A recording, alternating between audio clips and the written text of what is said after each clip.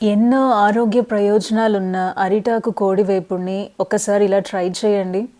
ముందుగా నేను చికెన్‌ని వెనిగర్, జింజర్ గార్లిక్ పేస్ట్, పసుపు, కారప్పొడి, ధనియాల పొడి వేసి మ్యారినేట్ చేసి 3 అవర్స్ ఫ్రిడ్జ్‌లో ఉంచుతున్నానండి. ఇక్కడ మనము మసాలా కోసము ధనియాలు, జీలకర్ర, ఇక్కడ చూపిస్తున్న మసాలా దినుసులు కూడా వేసి ఫ్రై చేస్తున్నానండి. ఎండు కొబ్బరి పొడి కూడా ఒక 4, 5 స్పూన్లు వేసుకుంటే కోడి వేపుడు చాలా రుచిగా ఉంటుందండి. ఇక్కడ మట్టి పాత్రలో మనం మ్యారినేట్ చేసుకున్న చికెన్‌ని వేసి కాసేపు కుక్ చేస్తున్నానండి. మనం మసాలా పౌడర్ రెడీ చేసుకుంటున్నాను.